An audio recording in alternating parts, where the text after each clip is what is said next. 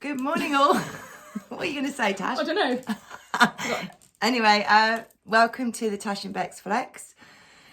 This week, we thought we'd do a veganism sort of Psyop type part 2, partly because there was some really good conversations and comments below last week's video, and also because we did Mel. Thank you. It was Mel who talked about the vagus nerve to me at the barbecue on the Friday night. Thank you, Mel. Can't believe that that I forgot it was you, and so thank you, because Mel sent us all through the information about the vagus nerve. But one of the things that we noticed in the comments, actually I was amazed at how little triggering there was. There was a couple of people who were triggered and offended, but one of the things that we realised is that, you know, a vegan diet is not actually healthy for everybody. No. And so today I'm going to go look at the blood types and explain why that is. And therefore, if you're a vegan and you know someone who's eating meat, you know, we shouldn't be judging each other, because for some people get very ill, don't they? Get very, very ill. Yeah. So I'm going to start by reading out one of the comments that is below last week's video. That's where it starts, isn't it? Yeah. Yeah. So this is from Underground. So thank you, Underground. Never thought I'd see the day, but you two might think what I'm about to say is a bit nutty. Hear me out, though. Never nutty. Never nutty. It gets a lot darker than this. I've looked into this for years, and my own experimentation and talking to ex-vegans. I was vegan for almost 5 years. Remember when the colonials killed off millions of bison to weaken Native American and put them on grains, especially gluten, sugar, tinned food, alcohol and other crap, to control them by making them weak through semi-nourishment. Weak nations are easy to control. The exact same thing has happened to, I've missed that sentence out, but the Australians, and I think the Canadians, he said as well. Just a different context, and so on. I've seen many friends and people and what the vegan diet does to the brain and emotions. It's not pretty. I had serious health problems from it, mental and physical, after 3.5 years or so. Gluten is linked to many mental illnesses and acts as a sedative to a degree. It's linked to erectile and fertility problems too, and most of us are allergic to it. And it stops you absorbing nutrients efficiently. It is a large portion of the government food guidelines UK, which are plant-based. I seem to have missed a bit out of there as well, but have you? Missing bits. I do. Have you noticed how much dumber, sicker, fatter society has become in the last 60 years? The fake food conspiracy to dumb down and sedate us has been here for decades, and the agenda to keep civilizations semi-nourished has been here for thousands of years. Then you have vegan diets which don't really have bioavailable fat-soluble vitamins A, D, E, K, K2, and no cholesterol, obviously. These are essential for tooth, gum and brain health especially. The fat-soluble vitamins and keep teeth healthy. Indigenous tribes don't have Colgate and toothbrushes, but in most cases have great teeth. They do always have good teeth, and they refined sugar and stuff as well. The standard Western diet is plant-based, meaning most of the food is plants, just processed. Pasties, bread, sandwiches, pizza, coffee, pasta. McDonald's is mostly plant. The typical English meal deal of sandwich with a ton of seed oils, chemicals, glutens and very little animal food, crisps and a sugary drink. The demonisation of cholesterol and saturated animal fat has an agenda too, to scare people into relying on stuff we will not thrive on. Grains, seed oils, breads, indigestible plants. Low cholesterol diets are also associated a lot with addiction, people being treated for addiction, mental health problems, etc., etc., with meat-based diets, and the results are looking very promising. Who'd have thought that doing the opposite of what the WHO, NHS, governments and medical business says would vastly improve your health? Who would have thought, Tash? Who would have thought? I've tried so many diets and hyper-carnivore absolutely blew my mind. Total opposite to what we are told is healthy. I understand the ethics because that's why I was vegan, but that's another lie, as you covered in the video. 1 cow can feed someone for almost a year. A week's worth of vegetable kills more animals. Nutritional science is very young in comparison to other sciences, but we must consider bioavailability in food. The fact we can't digest fibre, which we've eaten through the history of our species. Take a look at people like Dr. Greger, Dr. John McDougall, Dr. Clapper, etc., and pay attention to who's pushing the vegan agenda. Bayer, Monsanto. Syngenta, and the rest. Die Without the Green Food Revolution. So, and this guy, when I met him initially, it was on a shamanic weekend thing, and we were all sat around the fire, and he got an egg out of his bag, made a little hole in it, and just drank the egg, which I was like, but respect, you know, this guy has really gone into this, and he knows his stuff. So, so what we're saying is, you know, just vegans, we love you. We've been vegan ourselves, but we must be tolerant of the fact that actually no one wants to kill an animal, but there are reasons why we eat meat. There are reasons. And also this whole seed oil thing. So, you know, how they completely demonized butter, eggs. Remember they were saying it was all high in cholesterol and it was all really bad for us. Yeah. And I think it was only about 60 years ago they introduced the seed oils very, very heavily, and it was like that, except no, it was the turn of the century. At the turn of the century they started to try and get us away from that type of food and get us into this more sort of seed oil and stuff like that. And then as time crept up, that's when the heart problems and heart disease, it was the heart disease began, because actually when you look into a lot of the science of it and the human body, that we do need these animal proteins. Yeah, we do. And then you've also got, somebody put it on there, which I thought was interesting, which I kind of totally agree with, is about only babies drink milk. And that's true. Oh, yes. So there is that as well. Like, we're not really supposed to be drinking milk once we're weaned. So then also everything from the yogurt, cheese, all the other things that are coming from milk. So we're still on the boob, really. Yes. Aren't we? We're still sucking from the titty. It is a bit strange, and of a different species. But however, let's look at how humans find stuff. You know, it was obviously back in the day, they found out that it was nutrient, the milk, and it was a free, available, ready source to use. So you could say that about all sorts of things, couldn't you? That we're not meant to have it. But actually, if you source it and find it, and it does have a high nutritional value, then how do you... Yeah.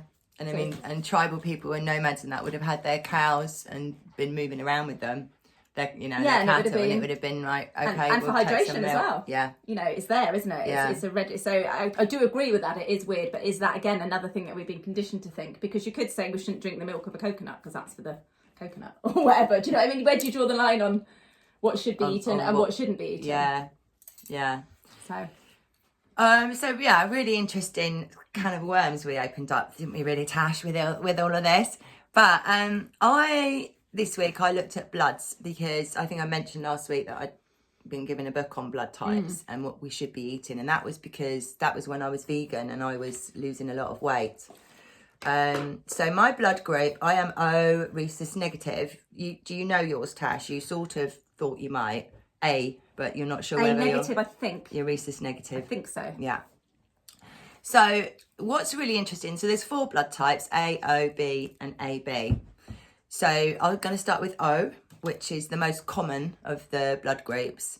But the whole thing with the blood types is that every single person, even if you're within a blood type, we are all so individual that there will be diet diversity, and there should be diet diversity between people even in the same household, because you're not necessarily going to have the same blood group as your children. Yeah, I agree. So there needs to be that kind of understanding that there is no diet there's not one diet fits all. It's the exact opposite of that. And different people are attracted to different foods for a reason. Yes, which is why the intuitive eating that you mentioned last week is really good.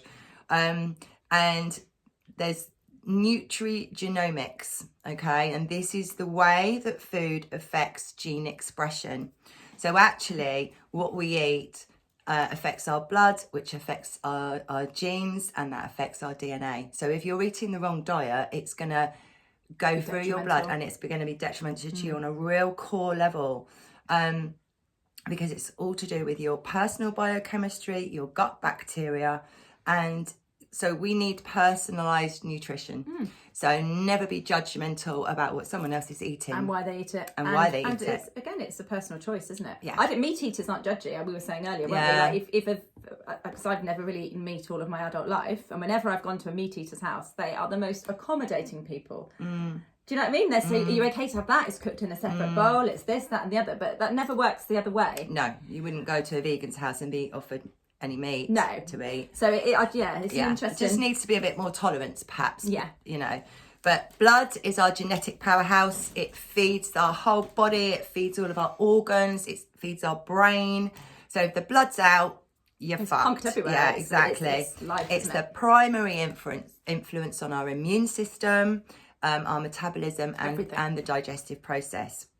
It's the blueprint of us, and it's based on our cellular and genetic profile. It is. And it restores, if you get your blood right, it restores your genetic rhythm. And the instructive messages of our biological nature. Hello, Aurora. So in that, so if you get your blood right and you're feeding your blood in the way that it wants to be fed, you will have weight loss or weight gain depending on what you need. So if you're having problems either way, it will just balance back up. It will normalise your blood sugar. It will normalise your cholesterol and your triglycerides.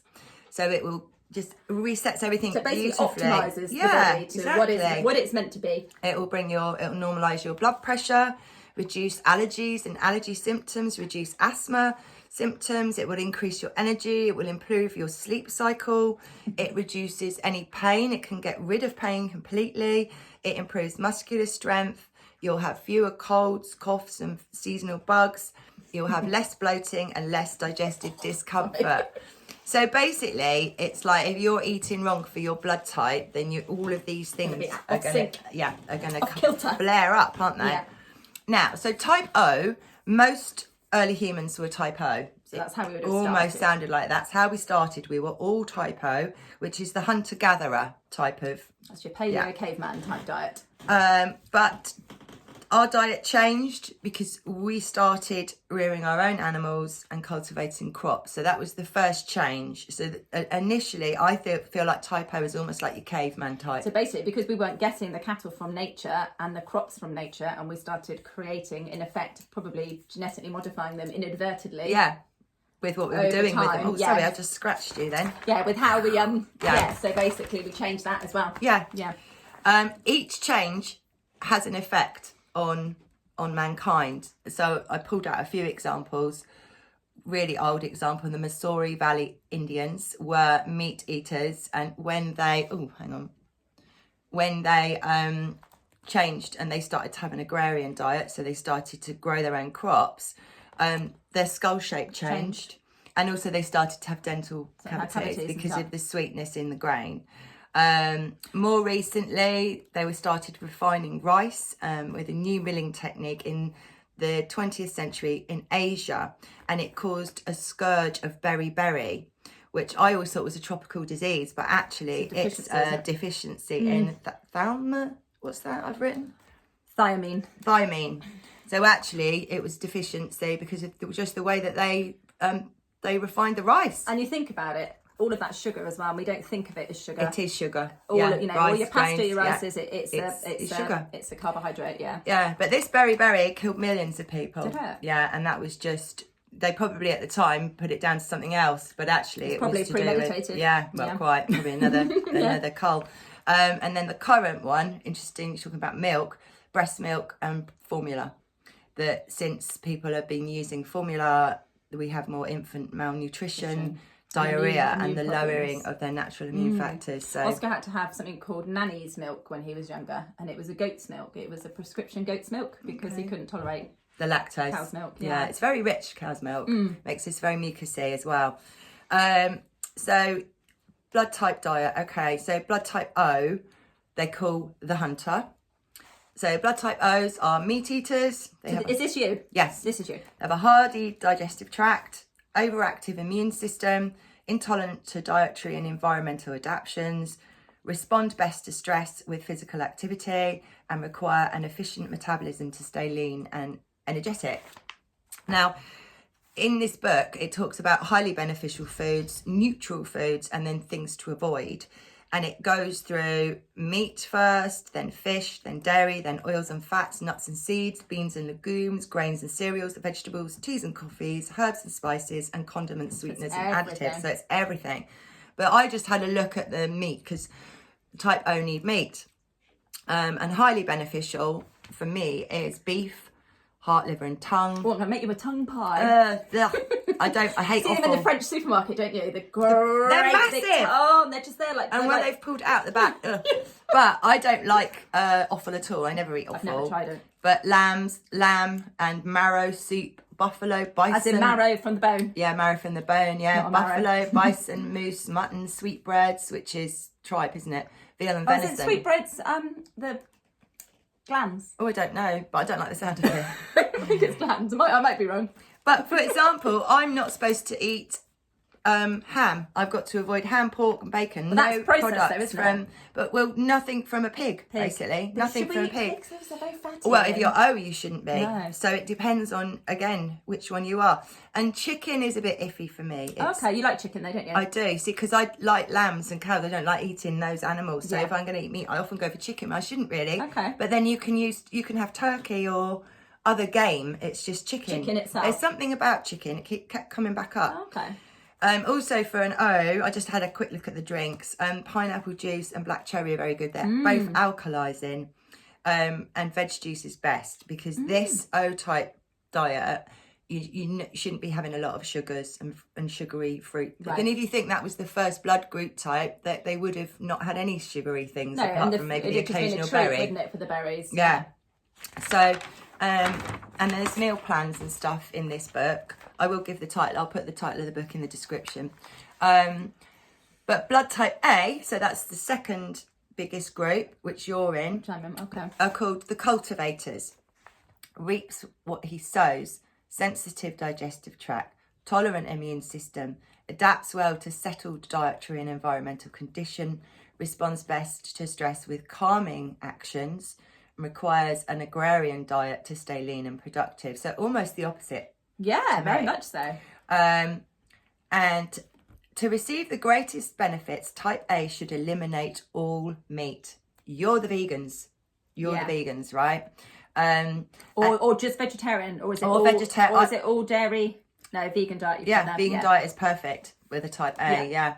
It goes on to say type A lack some of the digestive enzymes and stomach acids that allow effective digestion of animal protein. So I think it is all of it. Yes, animal protein. But yeah, and I've never been drawn to meat. Yeah, you naturally don't ever go, oh, I really want to eat a steak or whatever, do you? That's just not you. Just not for me. So that's interesting that you're an intuitive eater and your intuition has been telling you right, you know. So blood type B, bit rarer again. The nomad, they call this one. It's all about balance. Balanced, strong immune system, tolerant digestive system, most flexible dietary choices. Dairy eaters responds best to stress with creativity, and they need a balance between the physical and the mental activity to stay lean and sharp. I'd like to do that. Can we be this one instead? Can we change be bees? Can we change up our blood group? Because that just sounds nice and balanced. Well, it's almost, I mean, we'll talk about it a bit at the end, but I felt as if each blood type, it was almost as if it's been tweaked to accommodate what what we're doing at that time in our development. History, yeah. So this blood type represents a sophisticated refinement in the adaptive journey, and it's like an effort to join together divergent peoples and cultures. So it's as if at that stage the body's gone, okay, this blood type can take all sorts of cuisines from all over the place, really flexible, really strong immune, very tolerant to any old foods in the digestive system. Which is what that kind of said, isn't it? Yeah, that top bit that you wrote. Yeah, they can go anywhere and eat anywhere and they'll be fine. So it's like a quirky and slightly left field version of the O blood group, and has a real wide range of foods. And it's like the blood type B is like a balance between the O and the A. It's right in the middle. Yeah, but here we've got it. Chicken is a no-no again, because chicken contains blood type B agglutinating lectin in its muscle tissue. So because it's in the tissue of the chicken, that's why for some blood groups it's got blood type B in it. So if you're too much. Yeah, and although this is blood type B, they can't tolerate the chicken blood type B in the tissue. It's really weird, but they're big on seafood, absolutely massive on seafood. It's down seafood. So if you're blood type B, you shouldn't be eating chicken at all.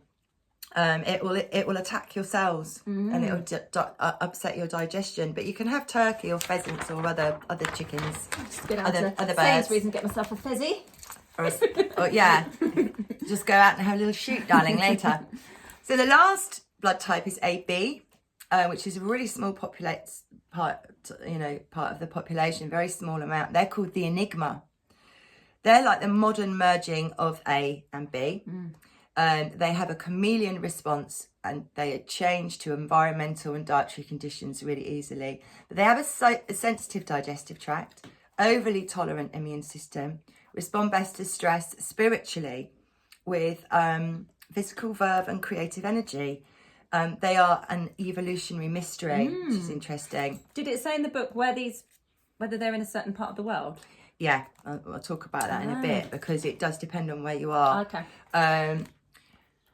Now, they said the type B is complex and unpredictable. They have traits from A and traits from B. So sometimes they cancel each other out. For example, AB can eat tomatoes, which aren't good for A and aren't good for B. But because they've got the protection from the two blood groups, they can actually tolerate them. Yeah. But chicken is a real no-no for ABs because A's shouldn't eat chicken and neither should B's. Doesn't sound like anyone should be eating chicken. Yeah, let's ditch the chicken. Does it though? No, chicken. Even the meat eaters, it still said no chicken. Yeah, because of this lectin. It's that lectin in the tissue of the. And how much do we eat chicken? Well, they love to push it on us, don't they? And it's cheap. And it's so mass produced. So then I wanted to look at the blood groups over and it was very much like you're saying, you've got to look at your own country because B is very rare in Europe, but it's very common in Asia. In the USA and Europe, they're very similar, but you've got cultural pockets. So you could be in America and it's a very similar demographic blood types to us, but then you'll get into the Blackfoot Indians in Montana and 80% of them will be 80% are A-type. So but I looked at the British through the NHS.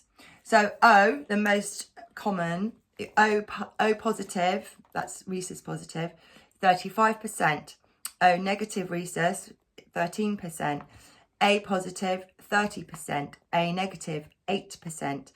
B positive, 8%. B negative, 2%. AB positive, 2%. AB negative, 1%. So I wanted to know about this rhesus negative positive, and I've heard all sorts of things about the rhesus, that it's about monkeys or it's about alien. I've heard also if you're rhesus whatever, you've got alien blood and all this sort of nonsense. But anyway, what it says was all it is that the rhesus is a protein.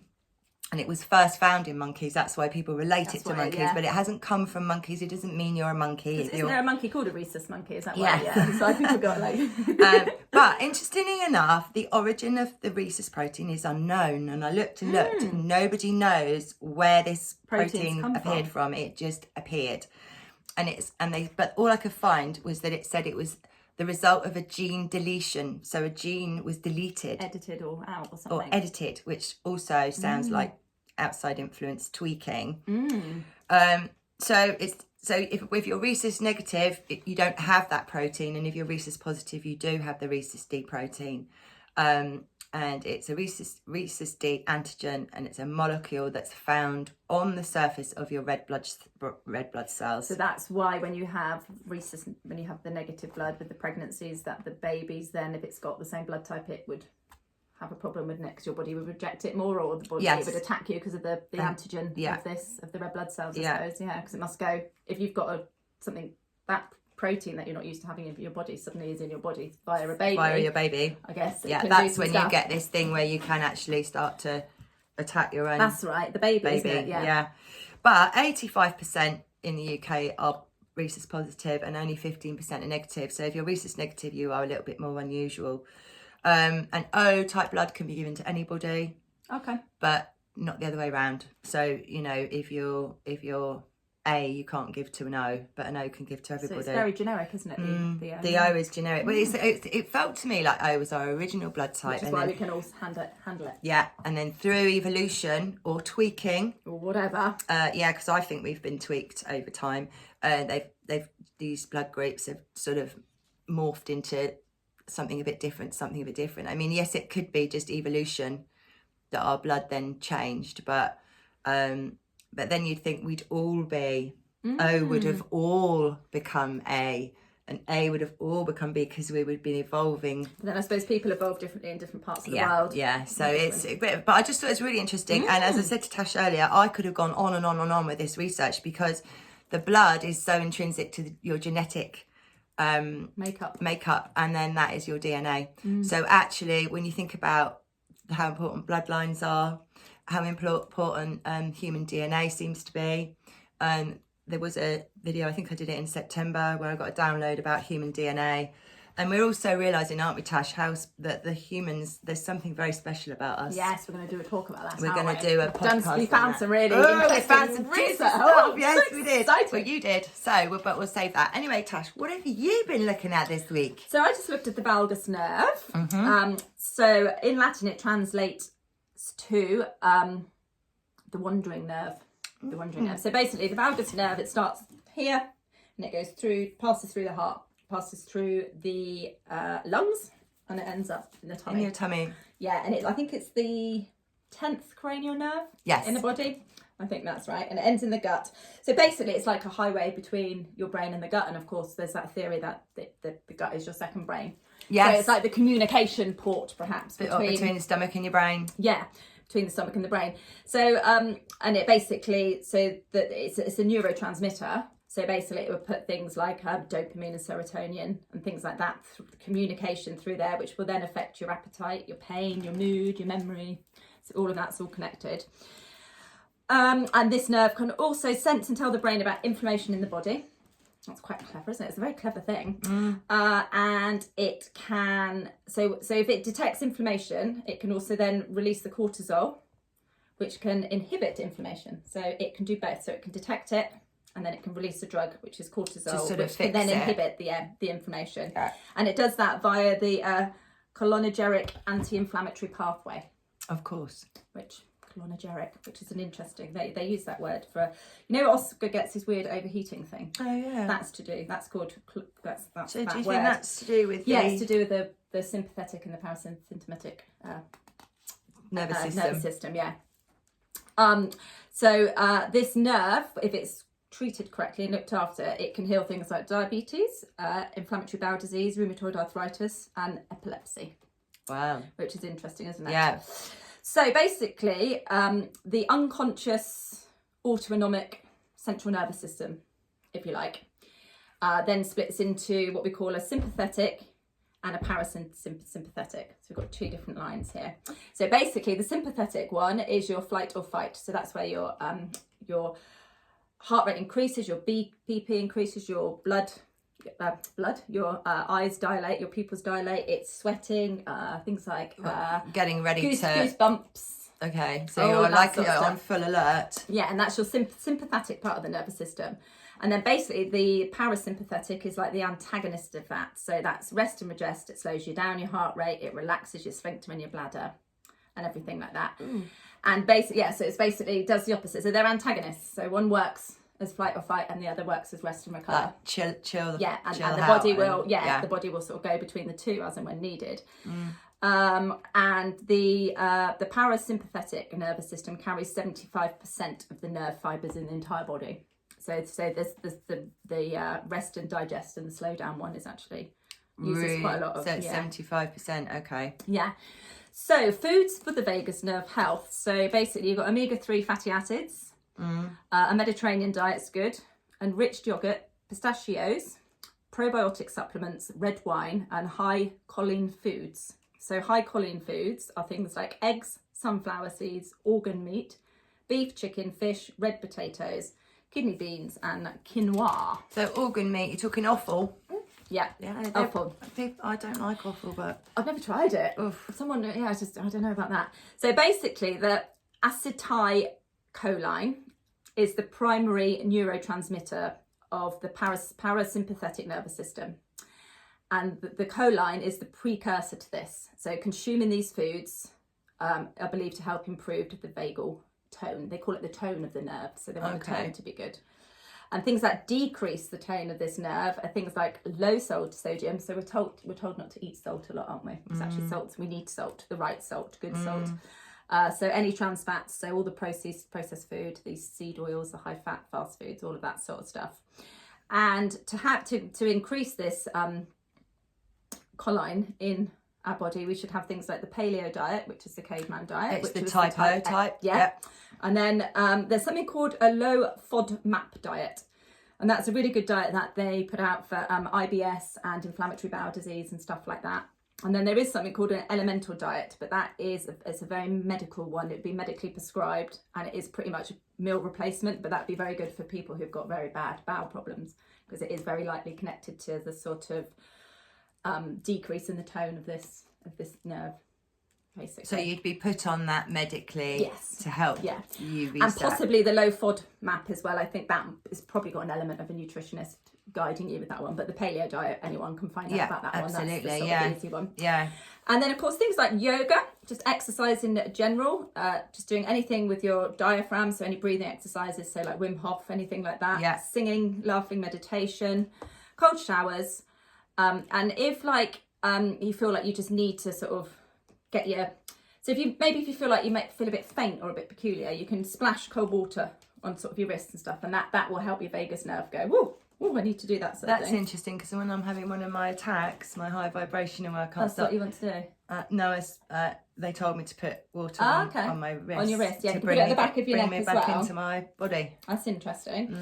And also the gag reflex does it. So quite often that's why we probably feel a bit sick sometimes when you get anxiety and you start thinking, and that gag. So basically, sometimes when I used to work, some people get a bit fainty and they didn't like needles and stuff like that. And would quite often say, just hold your stomach, bring your sphincter up, do that, and you're actually doing your vagal nerve, holding your and that again can help people start, if they're starting to feel a bit weird, a bit faint, sort of earth them again, bring them do back this into sort their of thing. body. And then another really good one for people who do suffer from anxiety, because it is, obviously we've said about the flight and fight, it is all connected to this nerve.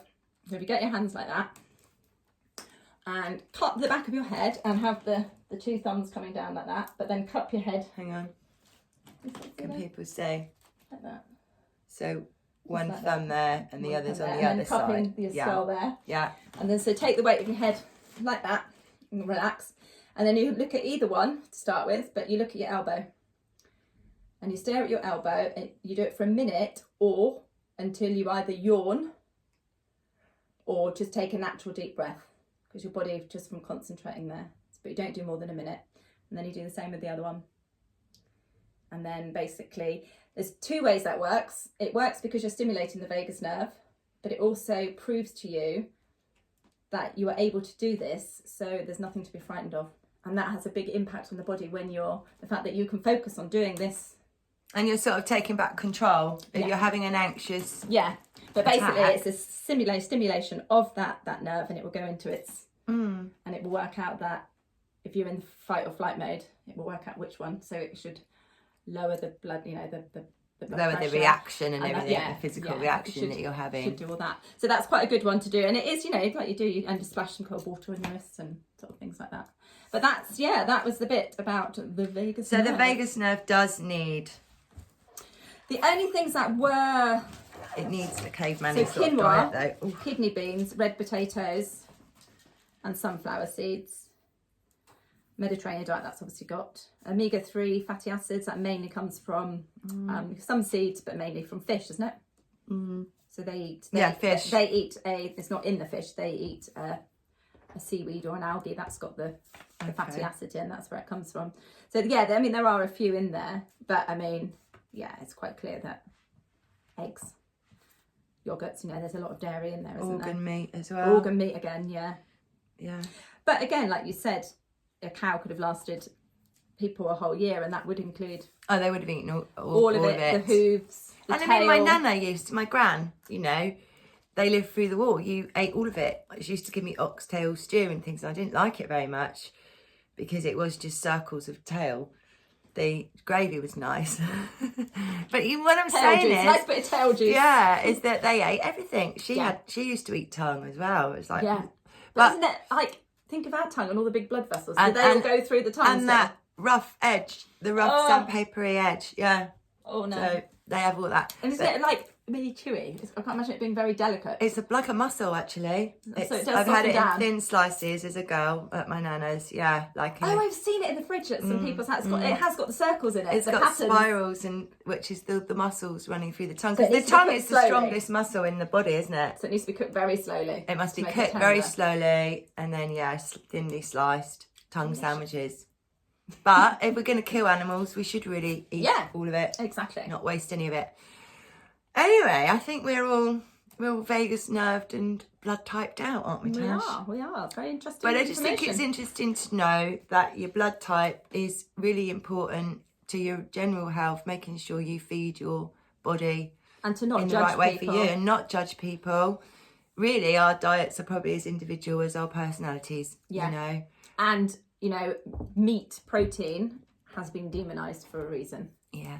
You know, it was a planned thing to get these seed oils. The seed oils, the processing that has to happen. You think of how small a sunflower is. To get a seed out of that, oil out of that, sorry, it's just ridiculous. Yeah. The processing side of it. And, you know, it's not good for our body to have these seed oils. Olive oil is different because it's made of a fruit. It's an olive, isn't it? Yeah.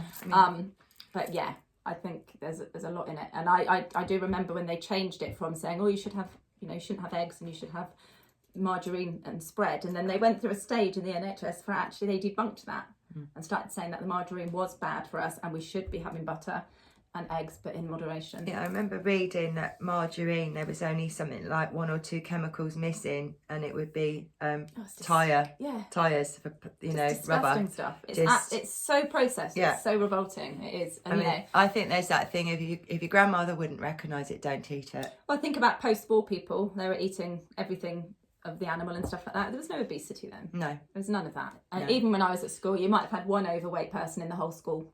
Yeah, I mean, in the 70s when I was at school, it was, everyone was... There's just one, wasn't there? One kid who might just be a little bit... Oh, my battery's going to go in a He minute. might be a little I bit don't bigger. even think I remember one, No, if I'm I honest. do remember. It might have been me. That's why you don't remember. Yeah, I blanked it out. But, So I was a bit of a podger through my teenage years. were you? Yeah, from about the age of 9 to about 13, 14. Although I look back at photos and think I wasn't that bad, but I felt I You was felt like a it. huge See, I was a size massive, over. massive baby. Were you? We talked last week about my fannies here. I Yes. used to have about 10 fannies. So Did I'm lucky you? I've only got 3 now. You're cutting I down. had them absolutely just, yeah. You can, Wrist see, you can fannies. actually see the lines from where I was so fat because they actually made dents. I was, honestly, and my legs were so massive. And again, I've still got them. I've got like lines on my legs where they were just so fat. You know, I was And then I was skinny from about 4 onwards. a little baby, 6'6". Oh, I was a big baby. And then it's weird though, isn't it? Because you're petite and I'm quite You got a bigger bone structure than me. but I guess it's just the way it is. But yeah, I podged out during my teenage and then kind of got rid of it. But That could be like growing and stuff. could have been couldn't just it? it could have been just But I do think hormones. that animal protein is not fattening. That was one of the biggest lies they put out Sugar. there. It is not. It's sugar that makes us bread, fat. pasta, processed food is what makes us fat. Oh, the hidden fat, sugars. Fat Fat doesn't make us fat. It greases up all our joints. Well, and as we spoke before about how important cholesterol is, you know, every cell in the body is made up of cholesterol. Yeah. And that was demonised. So don't believe the hype. And don't judge. Eat what you want and enjoy your And food. let other people eat what they want. Yeah, and enjoy your food.